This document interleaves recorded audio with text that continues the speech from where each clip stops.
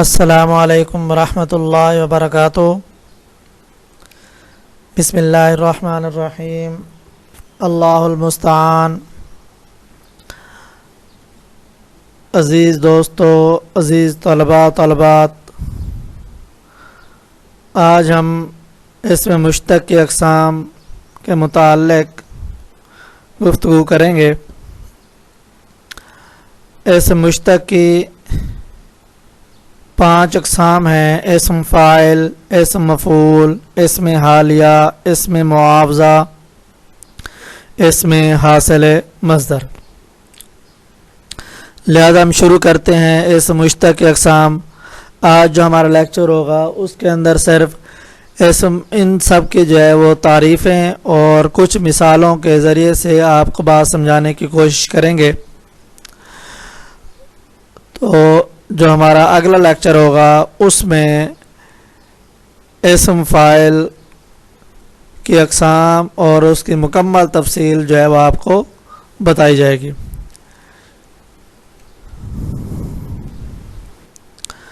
اسم فاعل وہ اسم فاعل ہے جو فاعل کو ظاہر کرے۔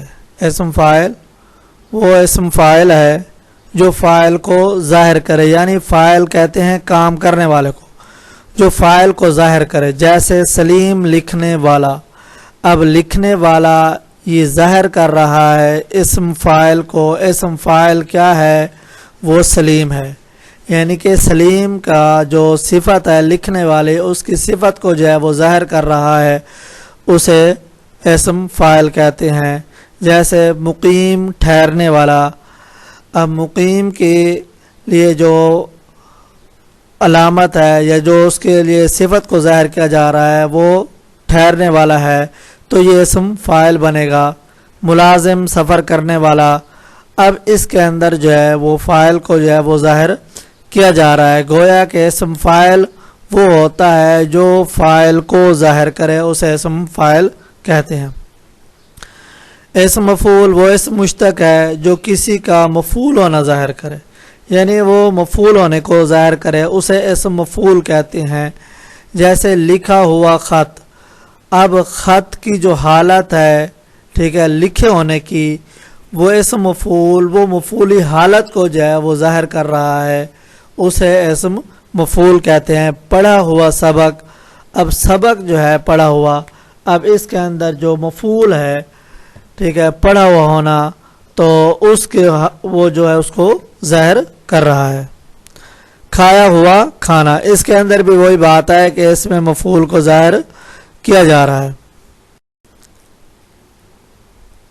اسم حالیہ وہ اسم مشتق ہے جو کسی فاعل یا مفعول کی حالت کو بیان کرے، یعنی کہ کوئی بھی اسم ہے وہ چاہے وہ فاعل کی صورت میں ہو چاہے وہ مفعول کی صورت میں ہو، اس کو ظاہر کرنے کو اسم حالیہ کہتے ہیں۔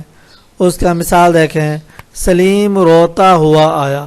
اب یہاں پر جو حالت ہے وہ رونے کی حالت ہے، تو سلیم یعنی فاعل ہے، روتا ہوا آیا، تو یہاں پر جو ہے وہ سلیم کی حالت کو جو ہے وہ فاعل حالت کو بیان کیا جا رہا ہے۔ وسیم نے کامران کو پڑھتے ہوئے دیکھا، یہ مفعولی حالت ہے۔ کامران مفعول ہے، تو پڑھتے ہوئے دیکھا، تو کامران کو جب دیکھا گیا تو اس کی حالت کون سی تھی؟ وہ حالت جو ہے پڑھنے والی تھی، تو اس مفعول کو جو ہے یعنی کہ اس کے اندر جو ہے مفعولی حالت کو ظاہر کیا جا رہا ہے۔ زاہد نے مقیم کو کھیلتے ہوئے دیکھا، یہاں پر بھی مقیم کی جو حالت ہے وہ مفعولی حالت ہے، جو اس پر مفعول کہتے ہیں جس پر کام واقع ہوا ہو۔ تو اب یہاں پر جو ہے کھیلتے ہوئے دیکھا، مقیم جو ہے وہ مفعولی حالت ہے، لہذا اسے اس میں حالیہ کہیں گے۔ کرن پڑھتی ہوئی آئی، اب یہاں پر جو ہے پڑھتی ہوئی آنا، تو یہ اس کی جو ہے وہ فاعلی حالت ہے۔ اسم معاوضہ وہ اسم مشتق ہے جو کسی کام یا کسی خدمت کی اجرت اور بدلے کے معنی دے، یعنی کہ معاوضہ کسی کا بدلہ دینا، کسی کا معاوضہ دینا، کسی کے بدلے میں کوئی انسان کام کرتا ہے، اس کے بدلے میں اسے اجرت ملتی ہے، اسے ہدیہ ملتا ہے، تو اسے اس میں معاوضہ کہتے ہیں۔ وہ چند الفاظ ہیں جو استعمال کیے جاتے ہیں عرف عام کے اندر، اسے اسم معاوضہ کہتے ہیں. جیسے پسوائی، اب آٹا پسوانا ہے، گندم پسوانی ہے، ٹھیک ہے، کوئی اور چیز جو ہے وہ پسوانی ہے، ٹھیک ہے، اس کے اندر جو ہے اس کے جو اجرت ہوتی ہے تو اس کے بارے میں کیا کہتے ہیں؟ پسوائی. کپڑے دھونے والا ہے تو اس کے بدلے میں اسے دھلائی. وہ کوئی چیز وزن اٹھانے والا ہے، بوجھ اٹھانے والا ہے تو اس کے بدلے میں اسے اٹھوائی. رنگ ریز ہے، رنگ کرنے والا ہے تو اس کے لیے اس کی جو اجرت بنے گی، جو مزدوری بنے گی تو اسے رنگوائی کہتے ہیں. تو یہ کچھ الفاظ تھے، ٹھیک ہے، جو اسم معاوضہ کے طور پر استعمال ہوتے ہیں. اسم حاصل مصدر وہ اسم مشتق ہے جو مصدر تو نہ ہو لیکن مصدر کے معنی دے، یعنی کہ اس کے اندر وہ مصدر تو نہ ہو، چونکہ مصدر کے ہم نے علامت پڑھی تھی اس کے آخر میں نون الف نا ہے، لیکن اس کے اندر جو ہے وہ نون الف نا کی علامت تو نہیں پائی جائے گی، لیکن اس کے اندر جو ہے وہ معنی جو ہے وہ مصدر کے ہی پائے جائیں گے. اس کی چند ایک مثالیں آپ کے سامنے پیش کرتے ہیں. جیسے آنا مصدر ہے، آہٹ، ٹھیک ہے، حاصل مصدر.